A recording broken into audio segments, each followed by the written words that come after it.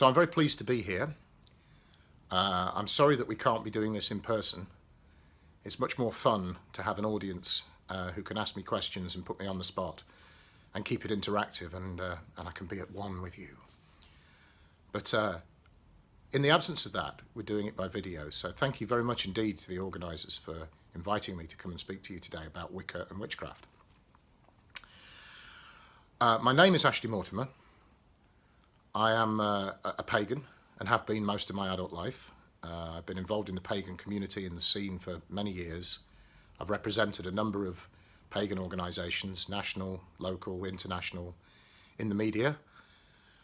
I was a founding member of the Doreen Valiente Foundation, and I've been very privileged to have access to documents that related to her and to Gerald Gardner and to the foundations of Wicca, which is why I'm able to talk to you today. I'm also an initiate. I'm technically a high priest of the craft. Don't like that term. In my experience, high priests are people in stories who have pointy beards which they twiddle, and they machinate politically in the background and administer religion at the very sharp end of something sacrificial. And that's not really my thing, at least not till the weekends. So I want to talk about Wicca, but I also want to get into, as well as telling you the history and talking about Gerald Gardner, who is the man who's named as the father of modern Wicca, possibly credited with being the founder of it, certainly in its modern form. I want to talk about Wicca itself a little bit later on. I want to get into that and try and describe a little bit about what's different about so-called Gardnerian Wicca today and Gardner's Wicca of Gerald's era. I need to begin by talking about Gerald. In any study of Gerald Gardner, one has to look at his childhood, I think, because I think his childhood's so informative of some of the things he did as an adult. And he was born to a wealthy family of timber merchants just before the turn of the 20th century in the northwest of England, in a place called Blundell Sands. And his family were wealthy, which is obviously an influence on Gerald's life. He was a sickly child, by all accounts. And because of their wealth, they were able to take their doctor's advice, which was to send the boy away for the winters, which in England were cold and wet and not very suitable for a child with asthma. Asthma is sometimes known as the occultist disease. Crowley suffered with it and others did. Gardner definitely did. Gerald was sent abroad to warmer climes, and not just, there was no such thing as cheap airlines. There was no budget aircraft. There was no quick package tours to Mallorca or Malaga or whatever, or places.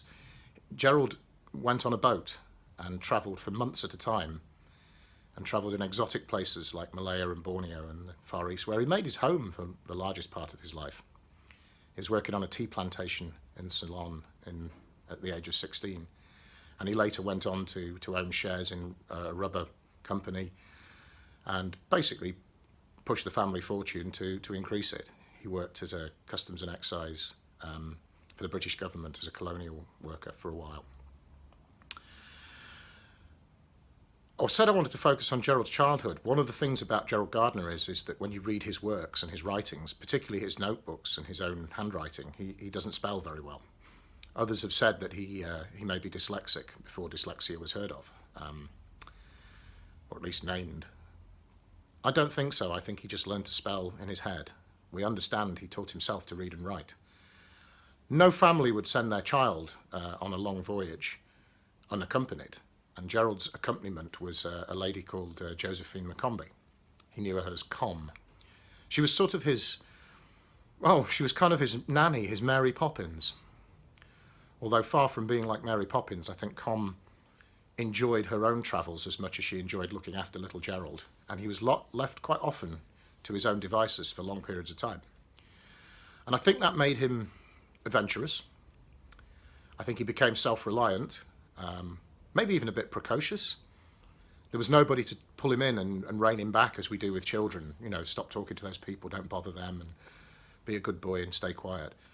Gerald kind of pushed himself forward, and we understand he learned to read and write by collecting newspapers in the ports that the ships put into, English newspapers that is, and having the other passengers help him to read them, and he would go back to the cabin and read himself.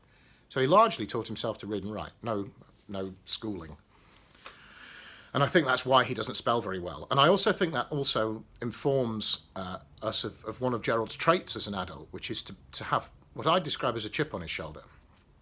I think he felt that when he wrote something of where the content was important or interesting, it was hampered by his poor spelling.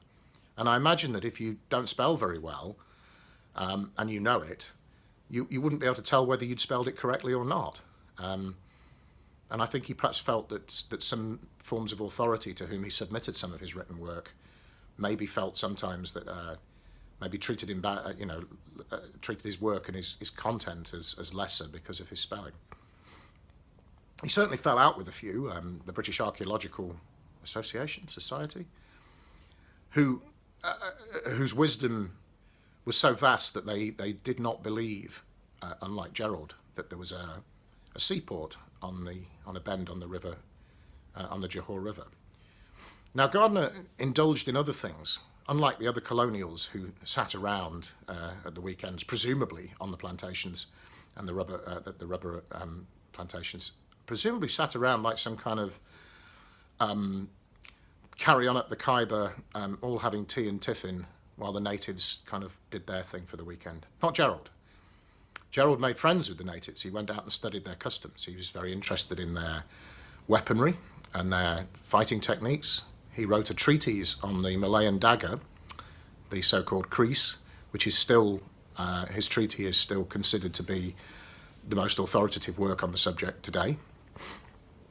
And he befriended the locals, which is why he went off for a lovely weekend jaunt to this place on the Johor River, digging away on his own kind of amateur archaeological investigation with his native friends. And they did dig up and discover evidence that virtually proved that there had been a port there, despite the authoritative archaeological societies of the world saying otherwise. They didn't laud Gerald for that. I think there was a further example of him believing that they had suppressed him because perhaps of his poor spelling and their dislike of his, shall we say, maverick manner. Gerald returned to Britain briefly on a couple of occasions. He did return in the 20s, met his wife, Donna, son of a Yorkshire preacher, daughter of a Yorkshire preacher. And she went back and they spent a very happy adult life, quite adventurously living in the Far East. So what's important about Gerald's story is that the big events of his life, the big things that happened to him, didn't happen until later, until he was in his 50s, till he retired and returned to his native Britain in 1936. He lived in London for a couple of years, and then they looked to buying a house on the south coast in a place called Highcliffe in Hampshire. Perhaps a little bit of an unusual decision, given that war was brewing in Europe, that to live on the south coast of England, where one would be the earliest subject to any invasion. But nevertheless, that's what Gerald did. He also started doing something else that he'd always had ambitions to do, and that was to be an author. And he wrote a novel called A Goddess Arrives, which is about a Cypriot king who is dispossessed of his lands by invaders and enlists the help of a witch come goddess to assist him. And it's done by a mechanism of a modern man who falls into a coma, dreaming of himself in the position of the king. It's rather a good book, actually. I read his later book, which I'll talk about in a minute, first, and I found that totally different. But A Goddess Arrives, which I expected to be a very long slog, was actually wonderful, and I couldn't put it down. I read it on holiday in Crete, which was perhaps somehow appropriate. More appropriate if it was been Cyprus, but I digress. Gerald also indulged one of his other interests. He says he was told, perhaps a bit tongue-in-cheek, by a doctor to get more sunshine, and he took this as an opportunity to get into naturism. He was a member of a number of naturist clubs. He liked to peel off, as he described it, and And that does play a part later in our story because of the privacy of one of the naturist clubs that he was a member of. But we'll come to that. Now, Gerald living in Highcliffe, he says that he was on a bicycle ride. Gerald's account of all the events needs to be taken as at least a very subjective account. I think sometimes he tends to embellish to make a good story, and I suppose that's slightly forgivable. I forgive him. And he says he was on a bicycle ride through the forest, through the New Forest, which is right up to the edge of Highcliffe, and he discovered a building, made a wooden building, a large wooden building in the woods, proclaiming itself to be something called the Ashrama Theatre. And the Ashrama Theatre was owned and run by a local amateur dramatics group called the Crotona Fellowship, founded and built by a man called Alexander Sullivan, who I think deserves further investigation, because Sullivan seems to have been a fascinating character who gathered others around him, was quite charismatic, and he created this organisation. Now, the Crotona Fellowship were not just a normal local amateur dramatics club. They had a particular bent towards esoteric plays, towards historical, ancient Roman, Greek and other types of plays and events. I think they actually performed some of the Eleusinian Mysteries, or a play there based thereabout. Gardner soon discovered that within this group was a smaller subgroup of people who were doing something considerably more interesting than just putting on plays. He came to believe and discover that they were practicing something, that they had something going on outside of the amateur dramatics group. And he befriended them, and they befriended him, and they revealed to him eventually that they were members of a secret cult. Gerald was initiated into the cult. Now, that's a loaded word, which we'll talk about again a bit later. Initiation for Gerald was a ritual. He describes it in great detail. He describes it as the most wonderful night of my life. Whether the exact events, as per Gerald's account, are exactly what happened is a bit of a debate. I suspect that there's more than a grain of truth in it, but Gerald's idea of initiation perhaps came over him differently afterwards, and perhaps during, and his account of it is certainly quite grand. Not ridiculous, not overblown. He says he was brought naked into a circle, and the blindfold was removed, and he found himself in a magic circle of witches. He says he heard for the first time the word Wica. They described Wica, the Wica, and themselves as the Wica, a collective noun. We are the Wica, you are Wica,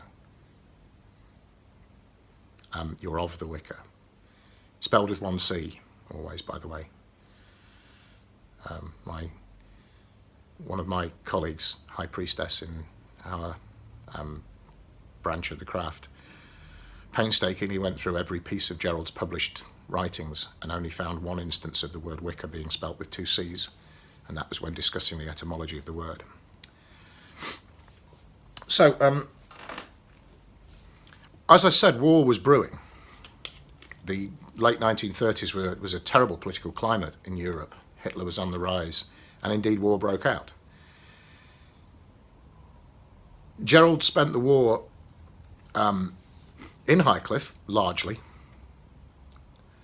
There is talk of a great ritual that was performed by several groups of witches, including Gerald and his cohorts, in the so-called New Forest Coven, which is discussed in Philip Hasselton's excellent book, In Search of the New Forest Coven, and his other works, published and available from Phoenix Flames Publishing. Got to get that in. They supposedly did a big ritual, or several rituals, to prevent Hitler from invading, in a similar way that witches in past times were credited with preventing the Spanish Armada invading by whipping up a storm. If you asked Gerald Gardner, did the rituals work, he would probably simply tell you, well, Hitler didn't invade, did he? And that was true. Gerald was, as I said, involved in naturism, and he was a member of several naturist clubs, actually, but the one of most significance is 5 Acres Club. And 5 Acres is just a little bit north of London, just on the outskirts of where the M25 now is, which is the big circle, the Ouroboros motorway of London, the world's biggest car park. And there he had a plot of land, as the other members of the club did, where he was able to erect his hut, or cottage, in fact. He bought a witch's... it's difficult, too much to tell you, there's too much to say. He bought a supposedly ancient medieval witch's cottage from his friend, and he moved it to 5 Acres. And from there he was able to start establishing and practicing his version of Wicca. I say that because I don't think that he was taught everything that he did later as part of the practices of Wicca. I think that the New Forest group were quite eclectic, were quite disorganised. They were certainly elderly, comparatively, and not very broad thinking perhaps, in terms of, unlike Gerald, in terms of the idea that the craft, which is what Gerald saw his initiation into the witch cult, he used to call it the cult, he believed it was something he'd recognised that was described in the works of Margaret Murray, the eminent historian on witchcraft. Just to diversify a little bit, Margaret Murray made some claims in one of her books, The Witch Cult of Western Europe, about the number of people who suffered execution and persecution in the so-called burning times of the Middle Ages. And she estimated the number as many as 9 million, and it was later shown that this extrapolation of hers was perhaps inaccurate. Margaret Murray wasn't a fibber or a liar. She did also purport that the witch cult had survived from such times into modern day. No one, and I mean no one, has been able to prove for certain whether that is true or false. Certainly, people like Philip Heselton have proven that there was a group of people who believed themselves to be in some way related to ancient witchcraft, who were practicing on the south coast of Britain, and they initiated Gerald Gardner into their cult. It's quite difficult to say anything beyond that. I had to be quite careful with my language to make that accurate. So, Gardner carried on. He picked things up and he wanted to start his own group at 5 Acres, which he did. He found other people to be interested in the craft. He began work on a couple of projects, the first of which was another novel, which later was published in 1949 and is titled High Magic's Aid.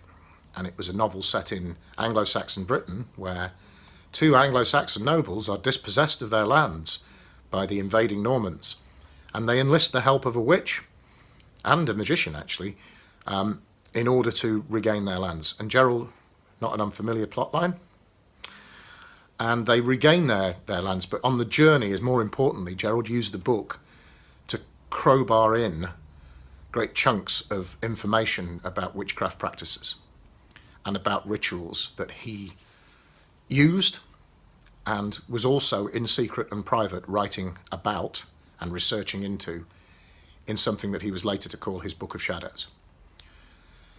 So by the mid-40s, he's got a group going, small group going at 5 Acres. He is writing down the rituals of the craft and also writing a novel. Not bad for a retired old gentleman from the colonies. He also had an ambition to open a museum of witchcraft, or a sort of base for operations. Because there's something important that you have to remember about anybody interested in witchcraft in the 1940s. And that is that it was, under the 1735 Witchcraft Act, still illegal to practice in the UK. And this wasn't just some sort of forgotten, archaic bit of bylaw. This law had been used, it used to prosecute and imprison the medium Helen Duncan just after the war.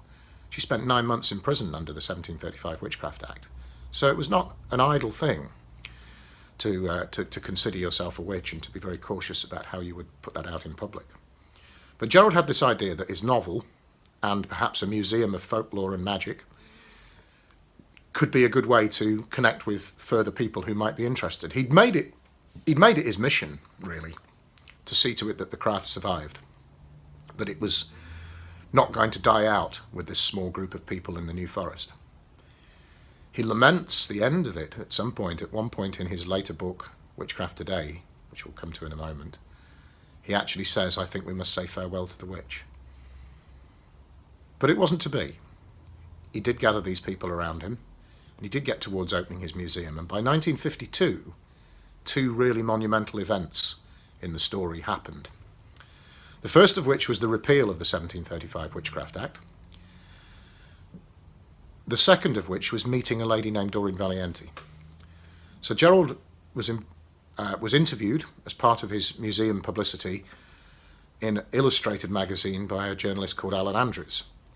And this article was read by Doreen Valiente, who subsequently, like many others who read such articles, wrote to Gerald Gardner expressing her interest in the fact that witchcraft was apparently still alive in Britain. Now, Doreen's story is a little different to Gerald's.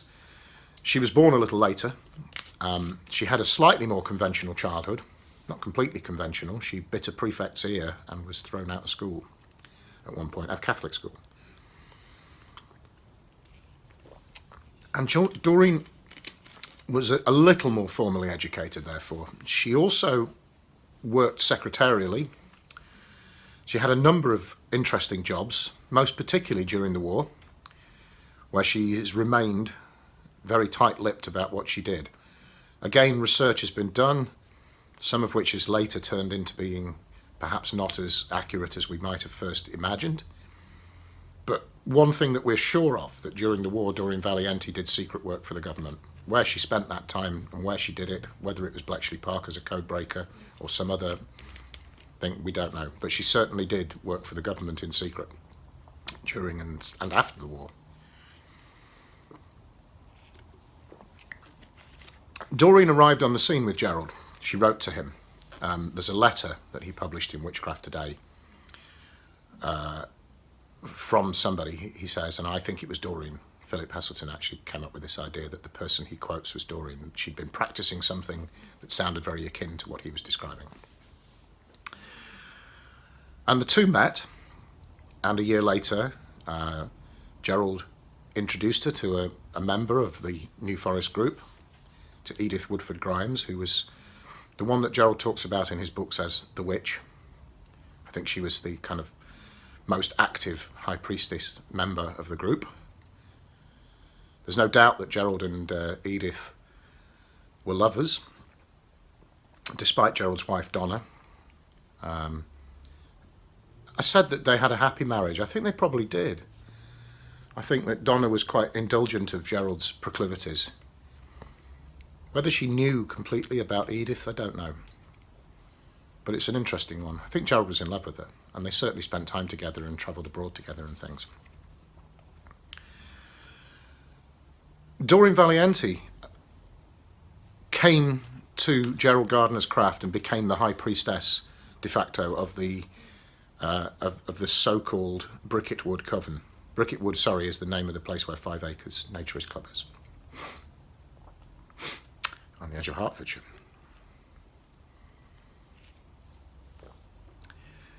Doreen, like Gerald had, recognised what she was seeing. Ritually and magically. She realised that Gerald had made use of documentary material and information from the world of the occult, of which she says she's been a student. I think she might have known a bit more than just a keen student, but then we're all keen students all our lives. She noted some of the rituals had other sources, and she challenged Gerald. She called him out. And he blustered a bit and fuffled, but in the end he said to her, well, look, I didn't get very much material directly written down from the New Forest Coven, so I've made it myself. I've written these rituals that reflect what we do.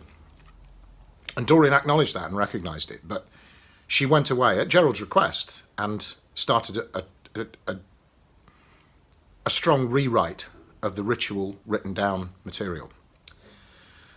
So we have these eras of Gerald Gardner's, of the craft rituals. Text A as the scholars call it, in fact as Doreen called it when she was describing it, when she was researching into it, is the old book that Gerald gave her. There is another book called Ye Bok of Ye Art Magical, which was later discovered in amongst Gerald's museum possessions, that dates from around about the same time as Text A, which is about mid to late 1940s. Then there is the so-called Blue Book of Doreen's, which is the rewrite, Text C as it's known.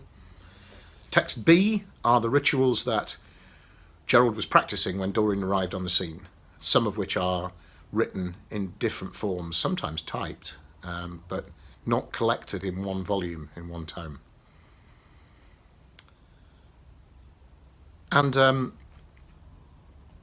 Doreen did such a good job of interrogating these rituals from the point of view of somebody who understood them. She clearly knew the magical theory behind them and what they were trying to achieve. And her rewrite effectively made the craft scalable and translatable, which is what it did. Throughout the rest of the 1950s, it continued to grow. By the early 1960s, it was making its way outwards from Britain. It was prevalent in Scotland.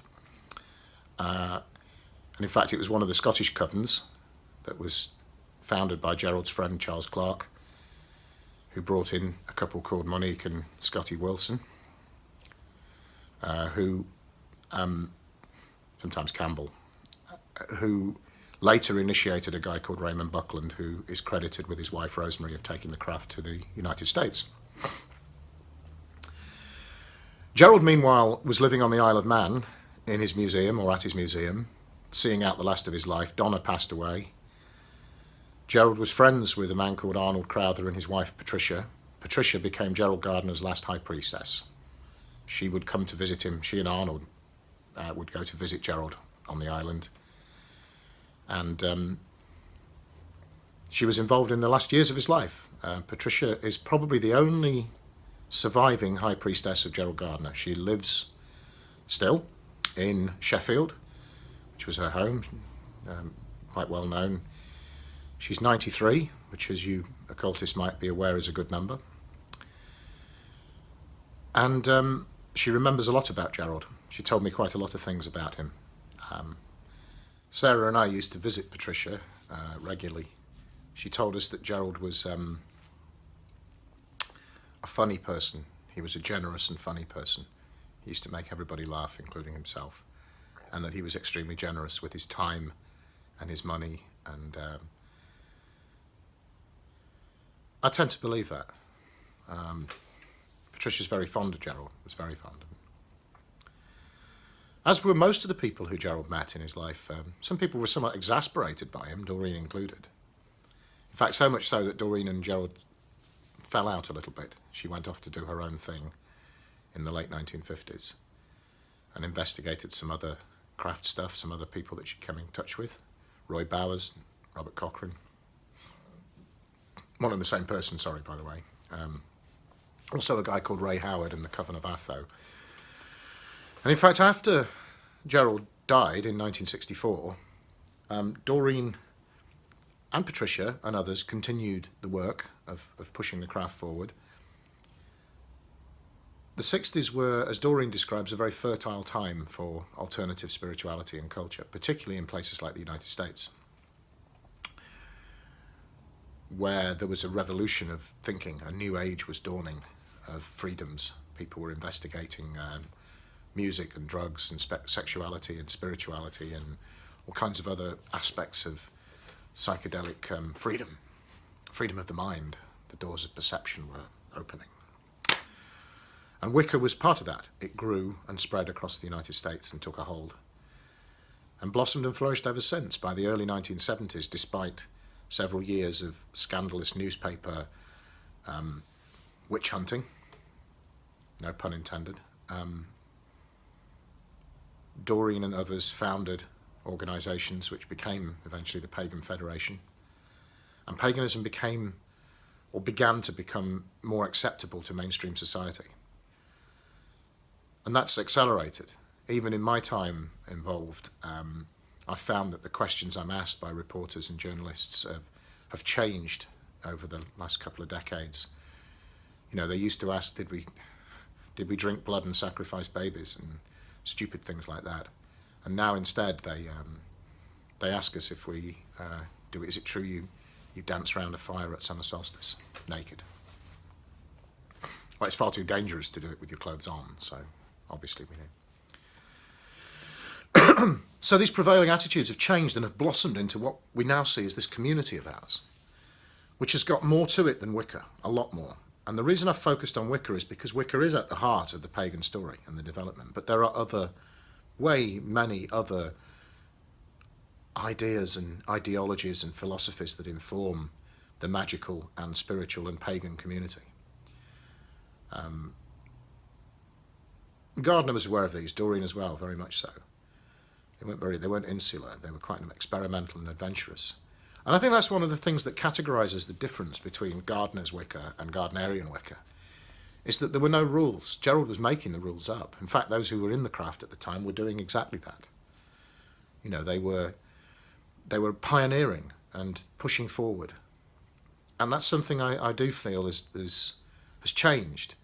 There's this notion that any cult that undergoes secrecy of initiation, the people behind those closed doors are kind of guarding something that they consider to be a secret and guarding some tradition or custom or practice that in some way is not available to others.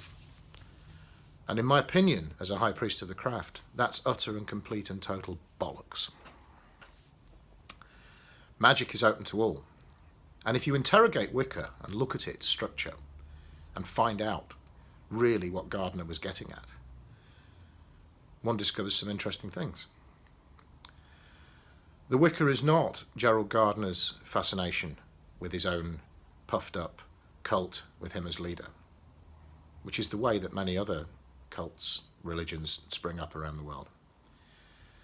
Far from it.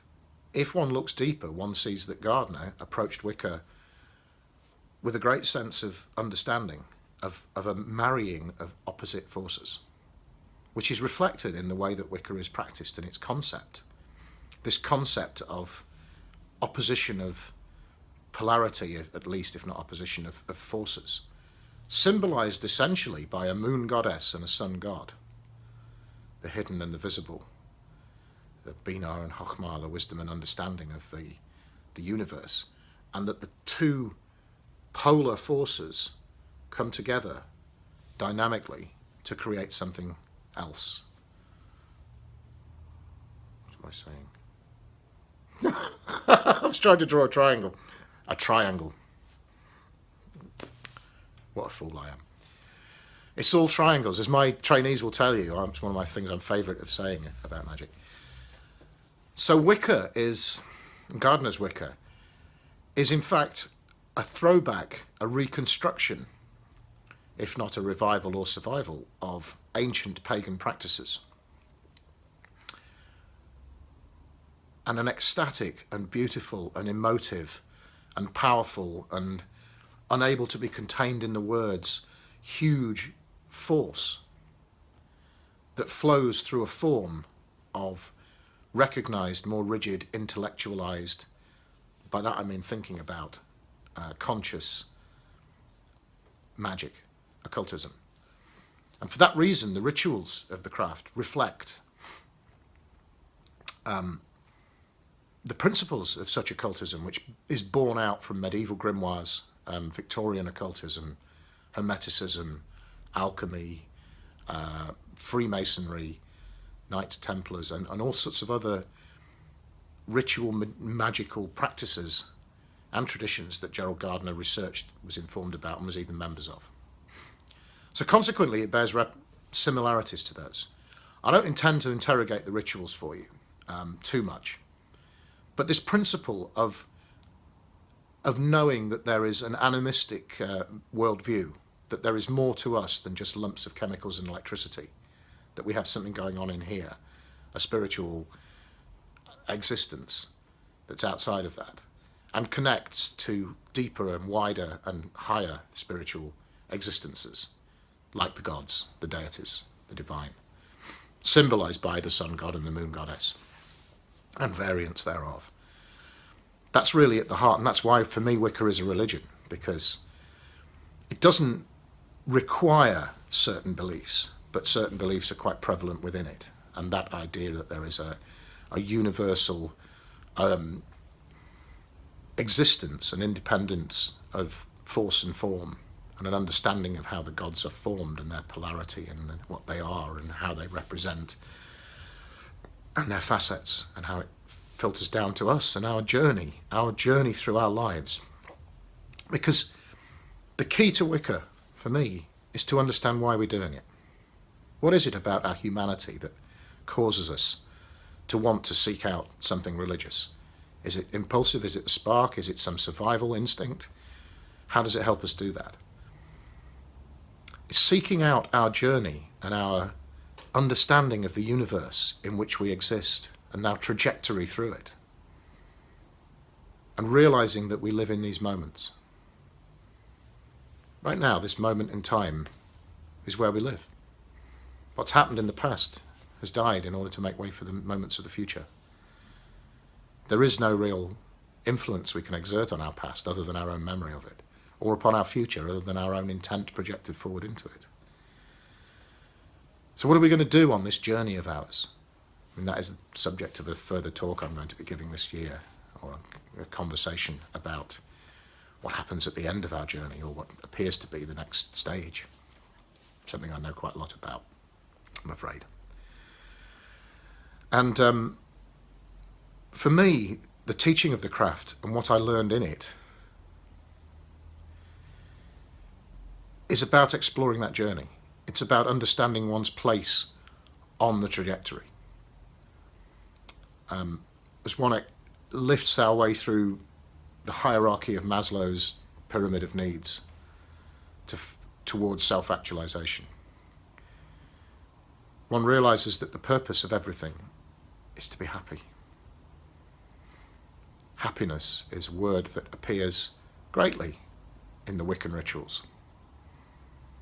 And if you look for it, you'll see the word happy quite a lot more than you perhaps expected. And that goes for initiates too. You should look through some of their material. Gardner knew it.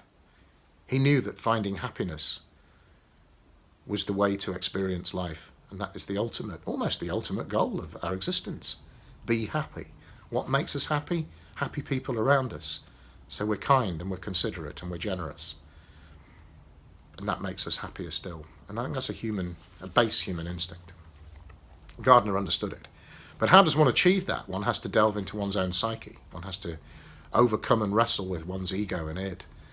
And the other interesting stuff that psychologists like Freud and Jung came up with, of which Gardner and particularly Doreen were strong students. Because in understanding ourselves and accepting our trajectory, we can find ways of being happy. And it all seems a far cry from waving swords about and candles and cords and things. But the rituals are the mechanics of that. The rituals are the way in which we express that understanding and express our momentary joy at the place of our trajectory in time. So there are rituals that celebrate the moon and the sun, the Esbats and Sabbats. Obviously the moon is full 28 days every 28 days, so there are 13 full moons in a year, which is traditionally practiced at. There are now 8 Sabbats. There didn't used to be. They used to look at the cross-quarter days between the solstices and equinoxes, but later the solstices and equinox were added to the Wiccan calendar. And these so-called Sabbats, or greater festivals, are celebrated. And also there are the initiatory rituals, the rites that take place in the magic circle, which is a space beyond physical existence, beyond mental existence, and beyond spiritual. And it's a place of all those three all at the same time.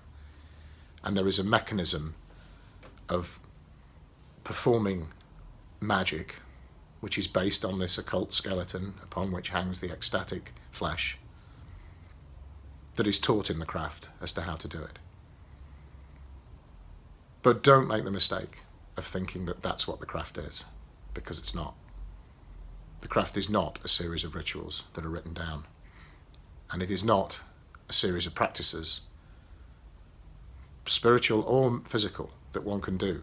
The craft is your craft and my craft and our journey, how we see it from our perspective, which we might be able to share a bit of. The Wiccan initiation rituals are supposed to be the most guarded of secrets. They're essentially Crowley's works, fused with Freemasonry's rituals of initiation into the 3 degrees.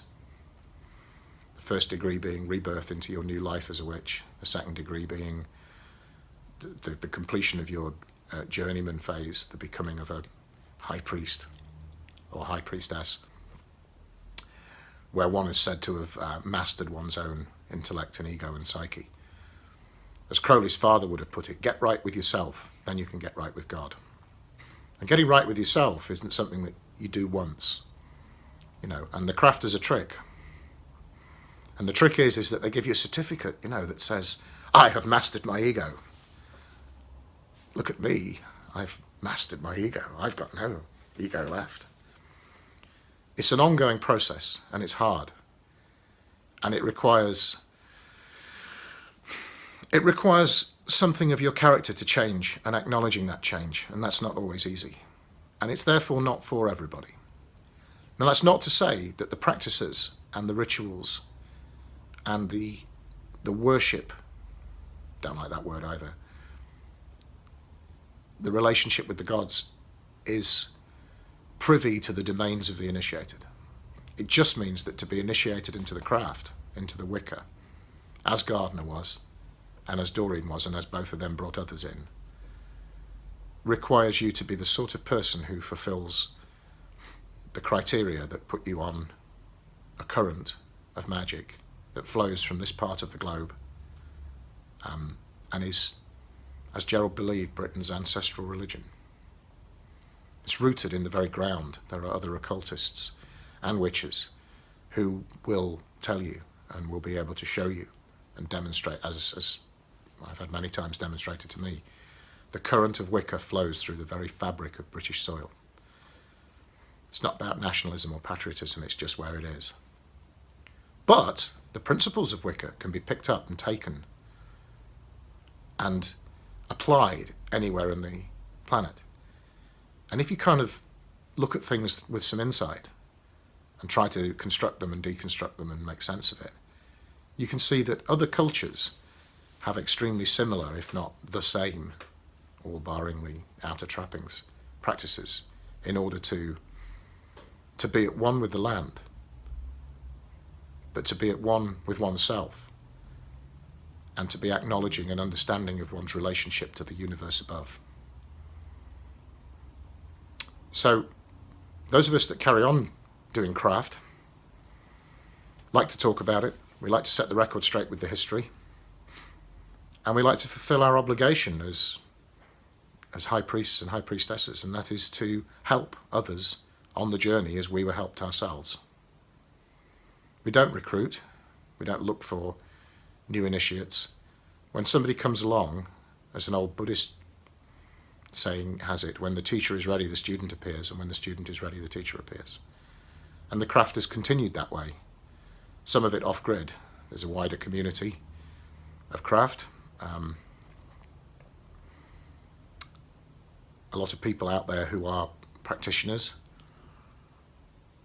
many of whom are networked together and who know each other, which gives it a structure that means there's a certain element of reassurance for a new seeker that they're not being conned and taken down a pathway, which is something that unfortunately has happened and does happen. There are people out there who tell lies about their powers and abilities in order to exert their will over you. And not just in Wicca or magic or the occult or paganism. But the first principles and the first lessons on that path are know yourself and know the world around you. And be aware, read everything, believe nothing. But there's also, I think, a wider pagan community that isn't quite such an authoritative, well-known community. I was asked recently to estimate how many initiated Gardnerian witches there are in the UK. And I would guess, it's an educated guess, but I would say probably it's about 2,000 people who are in some kind of networked communication with each other, who form the Gardnerian community. But I think there's at least as many again, if not more, who are off-grid, either who have never been on-grid or who have moved away to do their own thing in secret and private. So the craft survives as Gerald would have wanted it. That was what he wanted to do, was make the craft survive and help other people to find their way to their own life's trajectory of wallowing in the joy of the moments that pass so quickly. You know there's no today. It's tomorrow, and today's already yesterday. And the moments are gone. So try to enjoy them. Normally in a talk, this would be the point at which I've been asked some interesting questions that we can divert on. Hopefully I'll be available in the chat room to talk more about this sort of stuff. And I'd love to answer your questions, and feel free to do so.